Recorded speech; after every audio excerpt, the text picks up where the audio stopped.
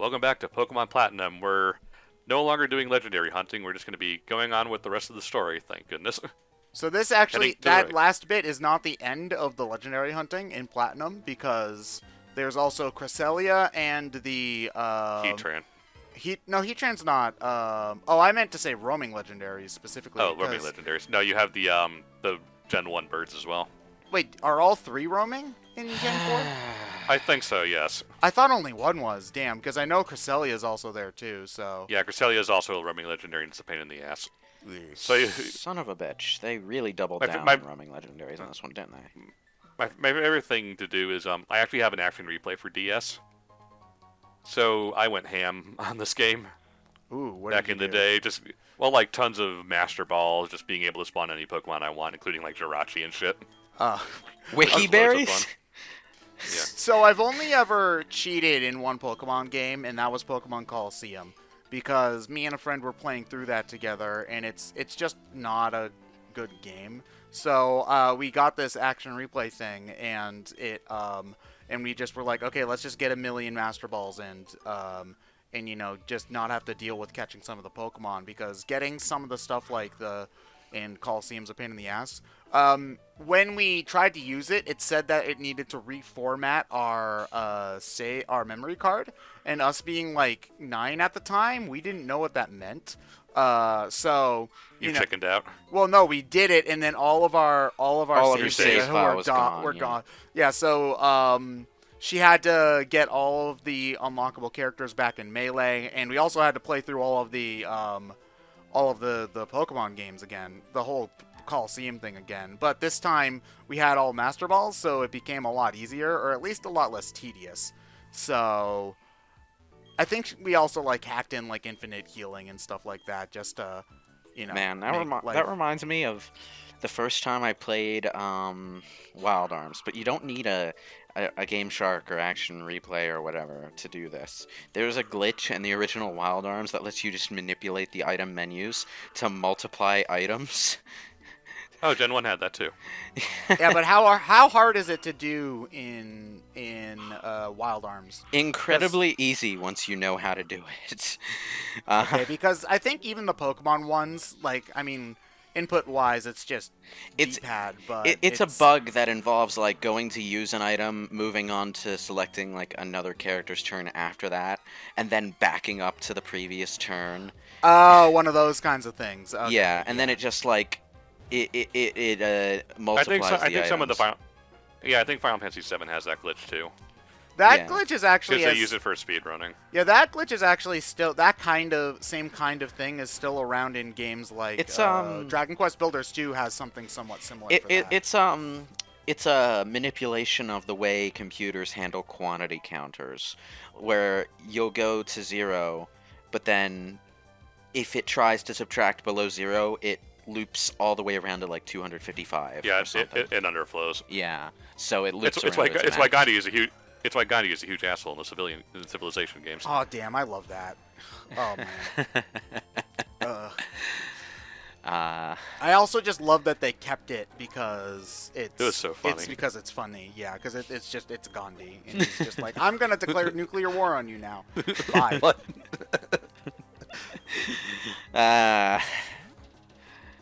If it were a game with a more serious tone than Civilization, it wouldn't have worked, but Civilization's always had this tongue-in-cheek aspect to it, so Gandhi pulling that kind of thing makes sense. I miss wacky, stupid RTS bullshit like that. Like, one of my favorite cheat codes in the original Age of Empires. Oh god, it's been so long, I forget the actual name. But basically, you just summon like a James Bond car to be one of your units, and so you just have like this black Rolls Royce shooting laser beams with your like elephants and catapults and stuff like that, and it's amazing. Oh, which Diablo is it with the cows again? I think it's 2. I don't know. Oh, I've never played Diablo. I don't even really know what kind of game Diablo even is. It's it's a sort of hack and slash action RPG. Okay. Yeah, I've only, as far as Diablo goes, I've only ever played 3, but I played a lot of Diablo 2 clones, like Baldur's Gate Dark Alliance or Champions of Norath. I know that the Marvel Ultimate Alliance games are considered, It's- and the X-Men ones It's are it's similar, Diablo yeah. clones. It's similar to that clones. kind of thing, where Yeah. the town exploration aspect and all are very minimal, and it's mostly about the action combat, which is Yeah. generally pretty thin but arcadey and fun. Okay, yeah. So, like, even being a big Marvel fan, the Ultimate Alliance stuff never really caught my interest. So, But Ted, don't you want a more realistic MCU-looking version with like a quarter of the characters? oh god, are you talking about the Avengers? Avengers The game. Avengers game? Oh, that was one of the biggest disappointments in a while. Was the E3 thing for that Avengers game? That game Like, might turn out to be better than it looks because I'm not really I don't really have much faith in the gaming industry at large to make interesting trailers these days. Yeah, well, I mean, like, here's hoping. I'd always Some of rather the a game- things that they say sound interesting, like the different characters and their different abilities result in radically different missions, you know? So Yeah, but it's also just one of those things where it's just like, okay, They'll does say Black a lot what of things. what does Black Widow offer to this mission that Iron Man can't do himself? Though, if we're you know. talking about the comics, I mean, granted, if we're talking about okay, if we're talking about like just straight up power levels in an action context, then yeah, Iron Man wins no matter what. If we're talking I about mean- alternative gameplay styles for variety between different types of missions, Black Widow would be really well suited to stealth action, whereas Iron Man would be just a machine of destruction in the sky. Yeah, I mean, I said that thing about Black Widow, but then again, if the Avengers comics were all about what's effective, Hawkeye would have been kicked off the team 30 years ago. So, you know. Yeah, well, my point is, if they do it right, having all those different characters with their styles could be really fun, and it sounds like that's what they're trying to go for. But what they've shown off so far, I was gonna say we'll see if they actually do anything about that. yeah, Yeah, what they've shown off so far has been weak. So Yeah. Why? I just have to wonder that there's like 3 Ant-Mans and they picked the worst one. So it's like, okay, why? They picked Hank Pym. Yeah, they picked Hank Pym. Why would you? There's like, why would you pick Hank? Nobody likes him. They're trying to separate themselves from the MCU while also cribbing its aesthetic style. So it's a weird mix of intentions. But there's at least 3 Ant-Man. Hold on a moment. I'm pretty sure there are at least 3 different Ant-Men. I don't know. Ant-Mans.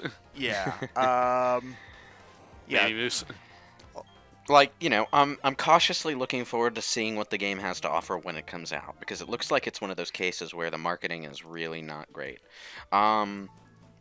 So Well, yeah. they're binging on just the Avengers name, selling it no matter what. Yeah. Yeah, probably. And yeah, you know, there is a third Ant-Man, Eric O. Grady. There we go. The Yeah, issue they could have done him. The issue is the developers themselves could have all the faith in the world in their product, but developers are not marketing geniuses. A lot of the time, they're really bad at selling what they make. So you kind of have to rely on what the marketing directors decide, and the marketing directors aren't going to be as like acquainted with the ins and outs of the product. So if there's not decent enough communication between the developers and the marketing team, and there often isn't, then the marketing is going to turn out pretty cynical. I mean, so here's to bring it back to Pokemon a little bit. That is actually a thing that I've been having with the Pokemon games since Sun and Moon.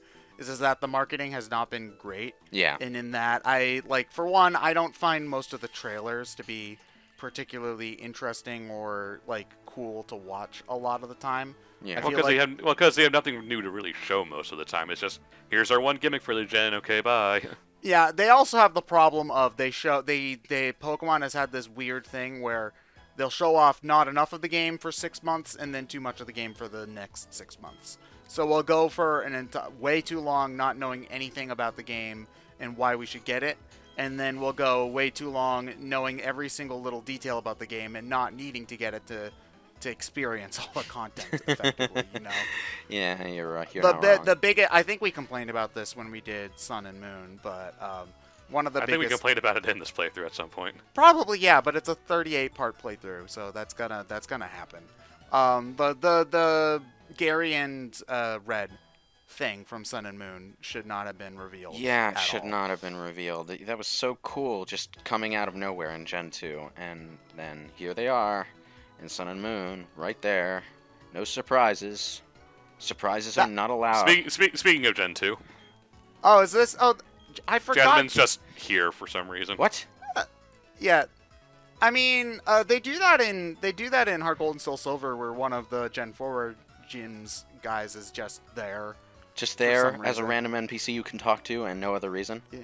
Yeah, I mean that I don't have a problem with that personally because again, it makes Pokemon feel like a bigger world. So it's not. Yeah, at the I same mean- time, I've seen that kind of stuff done better in other franchises. Oh yes, So, of course. Yeah, I mean, I've spoiled myself. I having played even a significant portion of East and the Trails in the Sky games, it's like after that, almost no other series compares when it comes to using NPCs in a JRPG effectively. Oh, dude, the NPCs and E's are really, really good because even the minor ones have so much detail put into it. Like, it's like so. One thing that people like about Paper Mario, for example, is that, you can tattle every character, and nearly every NPC has like a name and a little bit of flavor text about them. Yeah, But and then, E's is that, but better Yeah. as well, because there's even more detail, and they have dialogue that changes over the course of the game. And like they have relationships with other characters, and it's really good. every Great time, E's. every goddamn time the plot advances, you can probably go around the entire game talking to every NPC that exists and find out something new about their day. It's really good.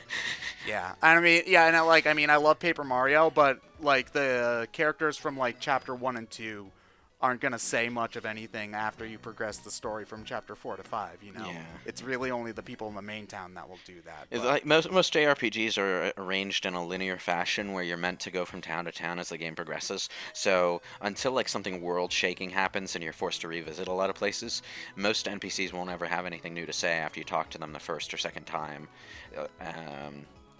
And some of Yeah. them try to have more depth by forcing you to talk to them 2 or 3 times in a row to get all of their dialogue.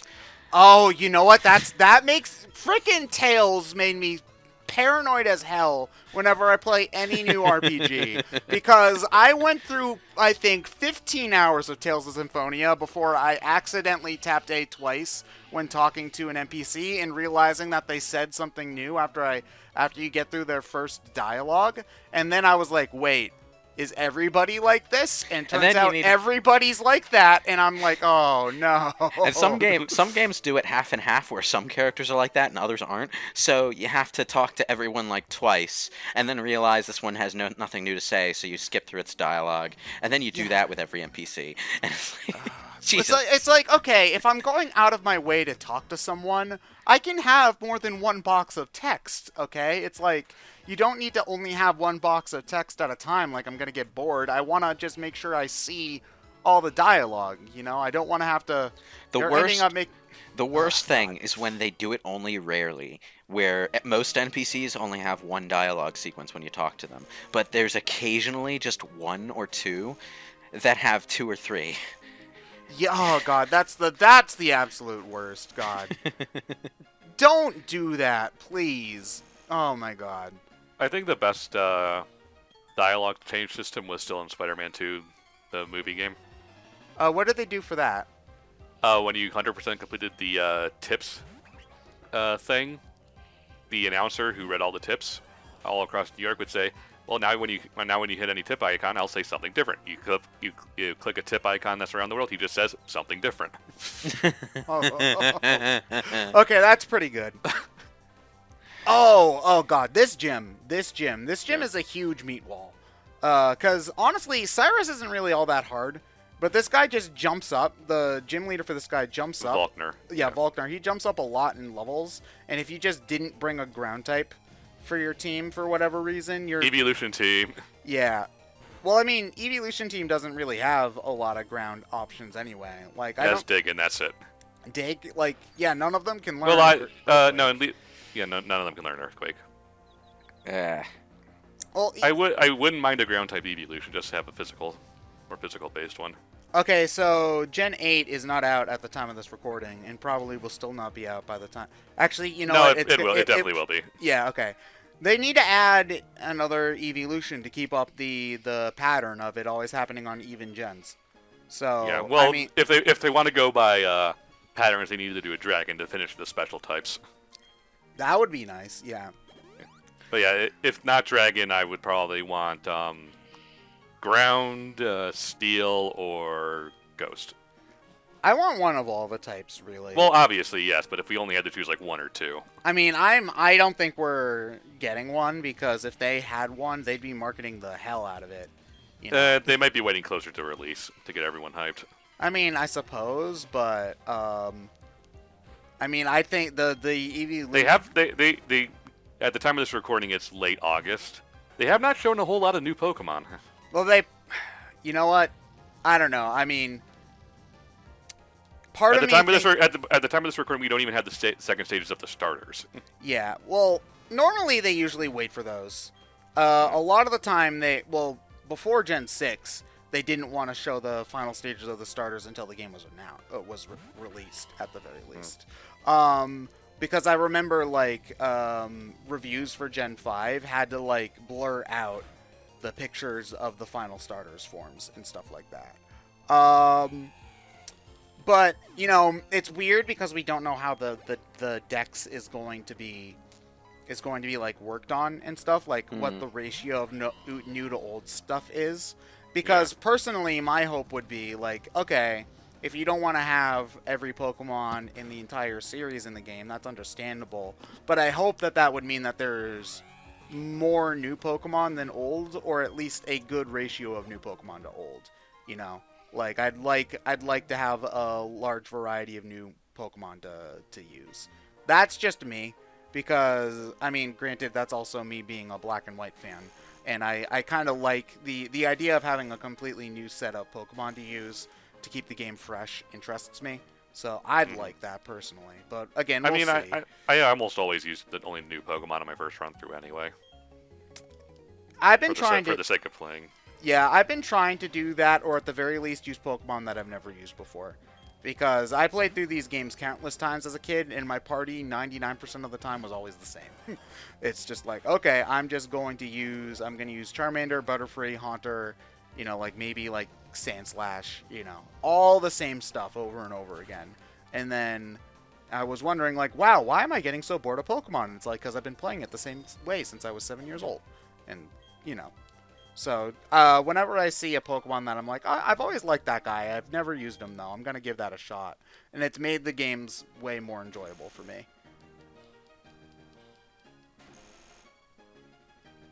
Yay, button press puzzles. What the hell? What? It's getting a Pikachu costume. Okay, I did like that dialogue. It's just look at the way I'm dressed. Can't you tell I'm hardcore?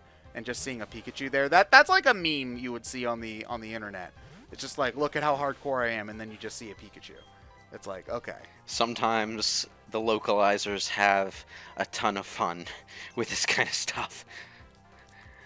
I kind of wish I could, I wish I understood Japanese, because I'd love to see what a lot of the jokes and puns are in the original language. Because from what I can tell, from the very limited knowledge I have of Japanese and other stuff, honestly, I think a lot of the names and puns and jokes for English Pokemon are better than the ones for the original Japanese name. One good example is the Gengar line is, I think, just ghost, and ghost or something like that. Whereas the puns for ghastly is okay, it's gas, but it's also ghastly as in scary. It's okay, that's a good one that I didn't get until I was much older and stuff like that. Yeah. Because especially with the Gen 1 Pokemon, most of them are just English names, English words. Seal. On the other hand, Cocoon. sometimes they translate things in a fairly effective way. Like Phoenix Wright, I think his name in Japanese is Naruhodo. Yeah, which is I understand. I understand. Or I know.